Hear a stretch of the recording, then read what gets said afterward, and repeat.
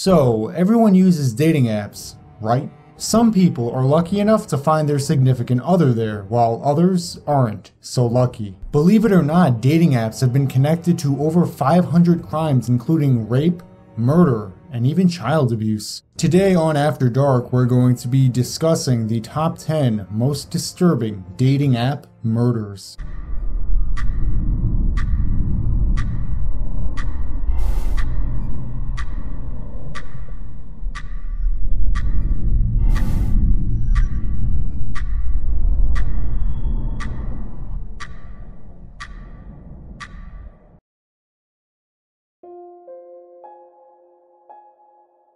In England, 18-year-old Ben Bamford formed a relationship on the dating app known as GRINDR. That relationship was with 52-year-old Paul Jeffries, a man who acted as Bamford's sugar daddy.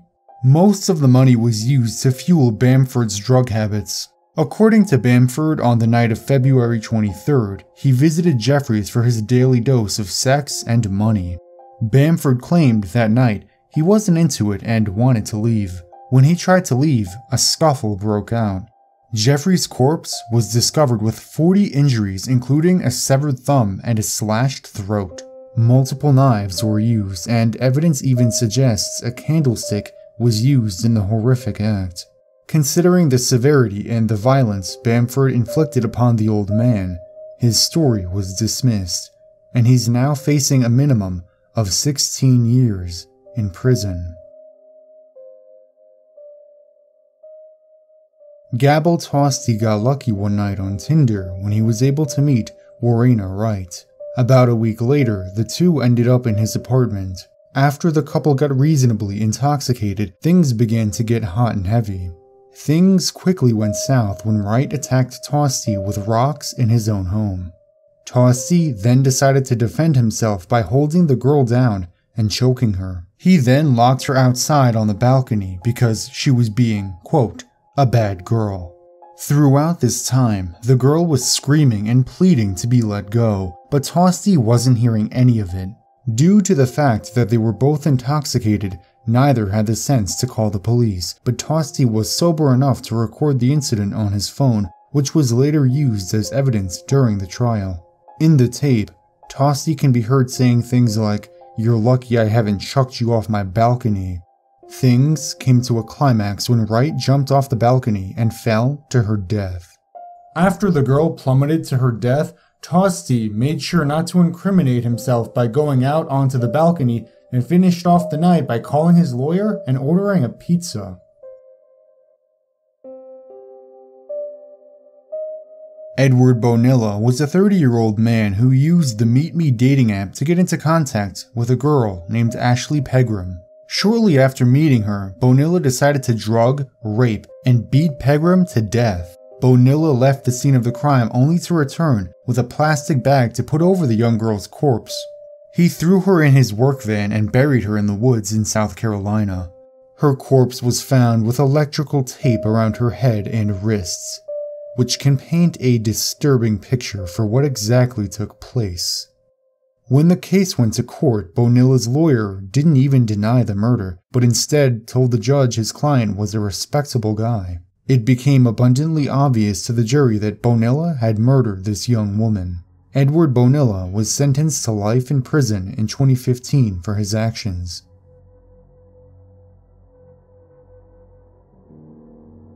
Stefano Brizzi was a troubled man, to say the least. He worked as a web developer but had to quit due to his crystal meth addiction.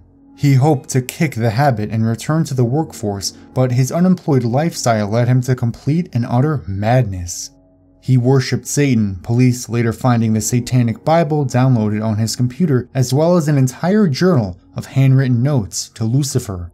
He also became obsessed with the popular television series Breaking Bad, even adopting criminal tactics from the show to use himself. Brizzi met Gordon Semple through GRINDR. Both were into homosexual BDSM, and the two met at Brizzi's apartment. The two used drugs throughout their encounter, quickly resulting in Semple's murder. Brizzi claimed it was an accident, but the evidence begged to differ. After sobering up, Brizzy realized the gravity of his situation and knew he had to act quickly. Thinking back to Breaking Bad, he purchased hydrofluoric acid and bins. He tried dissolving the body, but it wasn't long before people caught on to the smell and he was under arrest. In court, Brizzy was asked why he dissolved Semple's corpse, to which he replied, "Because Satan told me to." He was sentenced to life in prison, but was found dead in 2017.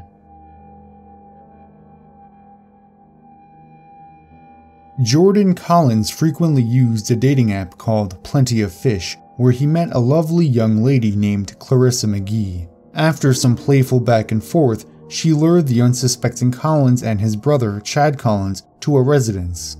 At such residence, McGee and 3 other accomplices attempted to rob them.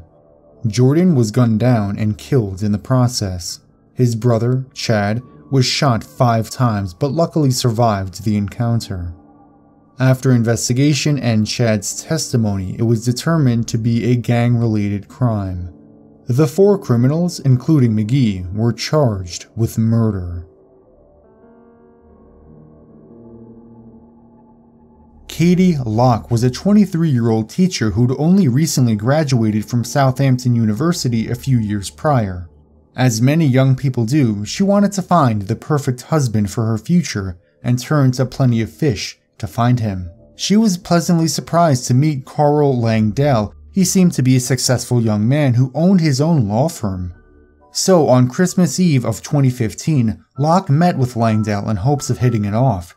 They drank heavily to take the edge off, but the night took a strange turn when Langdell attacked her. He strangled the teacher to death and brought her body to a nearby dumpster before taking photos. He then proceeded to have sexual intercourse with her corpse. It turned out Carl Langdell had lied about himself and had actually spent most of his time up to that point in mental facilities. Oddly enough, 9 months before the horrific act took place, he admitted to a psychiatric nurse that he wanted to slice a girl's throat, gloat over her body, and then have sex with the corpse. Before being sentenced to 26 years in prison, Langdell described himself as a monster.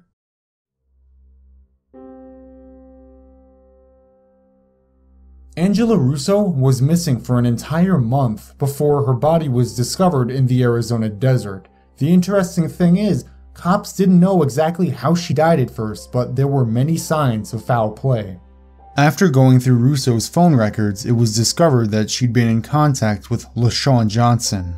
They originally met through a dating app, but most of the communication was through text messages. Police investigated Johnson's apartment and found evidence of it being a murder scene. Johnson was also involved in a number of other crimes which didn't do him any favors. Johnson was later charged with second-degree murder, kidnapping, and concealing a body.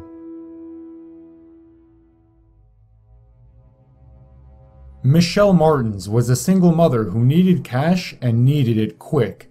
After meeting 2 men on Plenty of Fish, she invited the men over to her house. She gave them permission to rape her 10-year-old daughter. Martins even watched the horrific act take place before her own daughter was killed and dismembered. Her daughter, Victoria, was discovered in a bucket without arms in a burnt blanket. Later investigations showed the girl had been injected with meth before being strangled, raped, and stabbed. Martins later revealed that she had a history of inviting men from dating sites to sexually assault her daughter. This is probably one of the most shocking on this list. May little Victoria Martins rest in peace.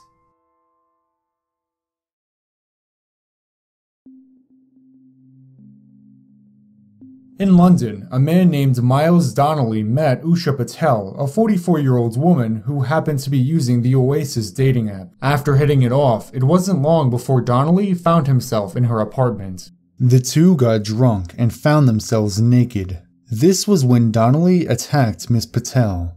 He beat her in the head, choked her, and stabbed her 13 times in the stomach. Patel's 5-year-old son was in the next room.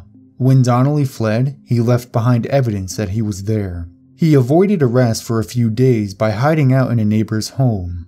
The woman who temporarily housed him soon rejected his advances, leading Donnelly to hit her in the back of the head with a stool. He was later captured after calling the police on himself. Under custody, he confessed to the murder and was sentenced to life in prison in 2016.